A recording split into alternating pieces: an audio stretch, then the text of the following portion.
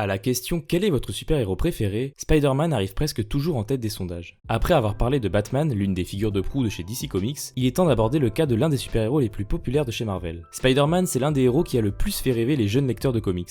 Un lycéen qui acquiert la capacité de marcher sur les murs et de traverser la ville en tissant des toiles, comment ne pas rêver? Découvrons donc de quelle façon a été créé ce super-héros qui continue d'être une figure majeure de la pop culture encore aujourd'hui. Vous êtes sur la chaîne de CEO et on est parti pour le 7ème épisode de Storygin. Aïe! Ah merde!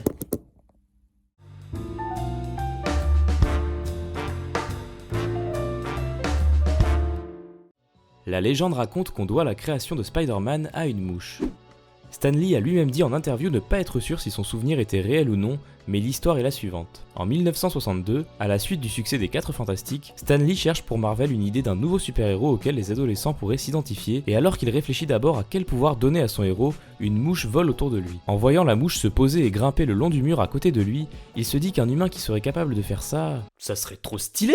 Il est ainsi parti sur la piste des insectes pour son prochain super-héros. Il a d'abord pensé à Mosquito Man, mais l'idée manquait un peu de charme, puis Insect Man, mais là encore trop générique, pour enfin arriver sur l'idée de Spider-Man qui avait tout juste la consonance mystérieuse et spectaculaire qu'il recherchait. Ce nom en un mot commençant par S et terminant par Man risquait d'être confondu avec Superman qui était déjà bien en place à l'époque, ainsi il a été décidé d'ajouter ce trait d'union au milieu de Spider-Man, renforçant de cette façon l'identité propre du super-héros. Si cette histoire de mouche n'est pas complètement certaine, Stan Lee a confirmé avoir été inspiré par un pulp qu'il lisait dans sa jeunesse du nom de The Spider, où l'on voyait un justicier sans super pouvoir pour le coup combattre le crime. Il fallait maintenant une histoire et une apparence pour ce Spider-Man. Stan Lee se tourna donc vers son ami Jack Kirby qui, en entendant le nom de Spider-Man, lui parla d'un de ses projets inachevés qu'il avait fait avec Joe Simon dans les années 50 intitulé Silver Spider, racontant l'histoire d'un adolescent qui trouve un anneau magique faisant apparaître un génie qui va lui conférer des super pouvoirs. Stan Lee va demander à Kirby de produire des premières ébauches de Spider-Man et à Steve Ditko de s'occuper de l'ancrage. Kirby s'exécute et livre à Stan Lee les 6 premières pages de ce qu'il imagine pour Spider-Man. Stan Lee observe les planches et il va détester.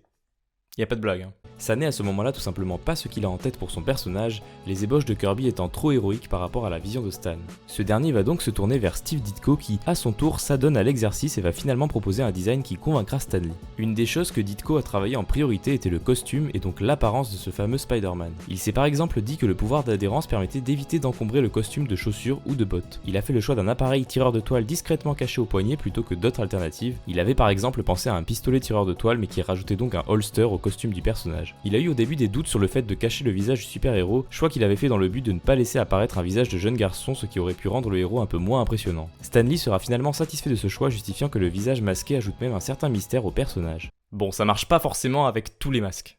Stan présente donc ce Spider-Man à Martin Goodman, l'éditeur de Marvel, qui va dans un premier temps douter de cette proposition de super-héros basée sur une araignée, un animal qui effraie la plupart des gens. Martin va finalement accepter d'introduire ce personnage, mais un peu sous la forme d'un crash test en faisant le choix de le publier dans le Amazing Fantasy, une série de comic books en déclin sur le point de s'arrêter. Stan a bien sûr entre-temps établi la trame scénaristique que suivra son personnage, à savoir Peter Parker est un lycéen ayant perdu ses parents dans un crash d'avion, il vit chez son oncle et sa tante. Un jour, il se fait mordre par une araignée et obtient des capacités surhumaines comme le Spider-Sense, un sens de l'intuition et du danger accru, ainsi que la faculté d'adhérer au mur. Le personnage est prêt à être publié, il ne manque plus qu'à dessiner une couverture impactante pour donner envie d'acheter le comics.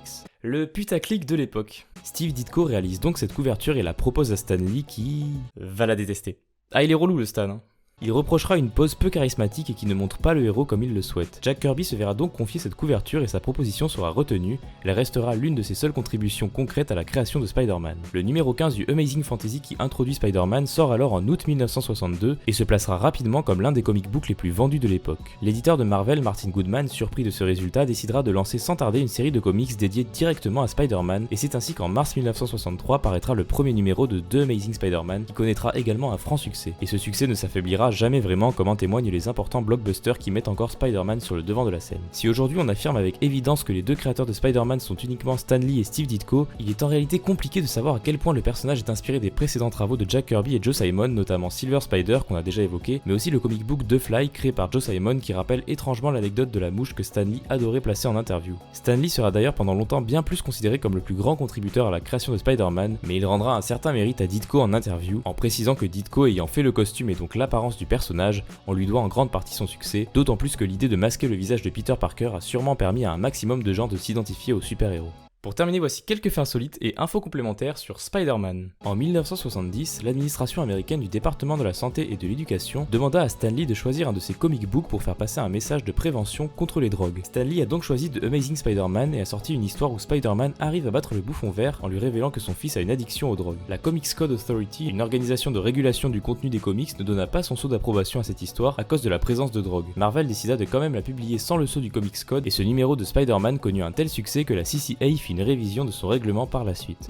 Dans la trilogie de films Spider-Man de Sam Raimi, le super-héros incarné par Tobey Maguire est capable de produire ses propres toiles de manière indépendante grâce à son organisme. Or, comme on l'a vu précédemment, le Spider-Man original des comics est obligé de se confectionner un appareil électronique qu'il s'accroche au poignet pour pouvoir tirer ses toiles. Parmi les célébrités qui auraient pu incarner Spider-Man au cinéma, la plus étonnante reste sûrement Michael Jackson. En effet, le roi de la pop était un grand fan du personnage et dans les années 90, il avait lancé des démarches pour carrément racheter la compagnie Marvel et ainsi pouvoir endosser le rôle de Peter Parker sur le grand écran. Hélas, le deal ne sera jamais conclu et on ne peut que s'imaginer ce qu'aurait donné un Michael Jackson qui tire des toiles. Et c'est sur ce dernier fait que s'achève ce Storyjin. J'espère qu'il vous a plu, encore une fois ce personnage a été pioché dans vos suggestions en commentaire, donc j'attends encore de nombreux personnages et œuvres à traiter dans ce format. Il se trouve que le Storyjin sur Naruto a sacrément bien marché, il a fait à peu près 80 fois plus de vues que les autres, c'est assez fou, mais du coup j'ai beaucoup de suggestions de manga, donc n'hésitez pas à suggérer d'autres types d'œuvres pour que le format puisse varier et qu'il reste accessible à un maximum de personnes. Je vous invite à vous abonner si ça n'est pas déjà fait ainsi qu'à liker la vidéo, je le demande jamais et vous le faites quand même, c'est super cool. Apparemment ça aide pour le référencement, donc